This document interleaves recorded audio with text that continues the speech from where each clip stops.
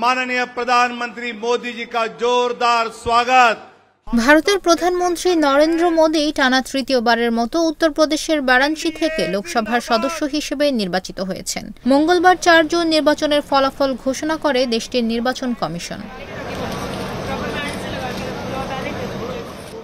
মোদি বারাণসীর এই আসনে মোট ভোটের ৫৪.২৪% ভোট পেয়েছেন। অপরদিকে তার প্রতিদ্বন্দ্বী অজয় রায় পেয়েছেন ৪০.৭৪% ভোট।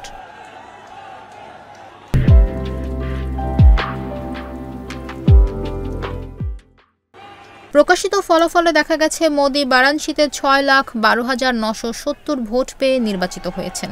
এই আসনে তার নিকটতম প্রতিদ্বন্দ্বী অজয় রায় পেয়েছেন ৪,৬০,৪৫৭ ভোট, অর্থাৎ মোদি মাত্র ১,৫২,০০০ ভোটের ব্যবধানে জয় পেয়েছেন। লাগাতার মোদি তৃতীয়বারের মতো জয় পেলেও ২০১৪ এবং ২০১৯ সালের তুলনায় তার ভোটের পরিমাণ অনেক কমে গেছে।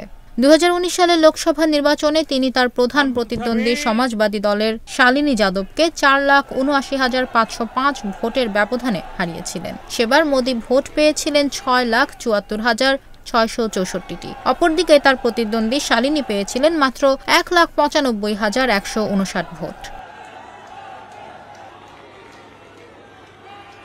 অপরদিকে ২০১৪ সালে মোদি পেয়েছিলেন ৫,৮১,০২২ ভোট। সেবার তার নিকটতম প্রতিদ্বন্দ্বী অরবিন্দ কেজরিওয়াল পেয়েছিলেন ২,০৯,২৩৮টি ভোট। ২০১৪ সালের নির্বাচনে মোদি কেজরিওয়ালকে হারিয়েছিলেন প্রায় ৪ লাখ ভোটের ব্যবধানে।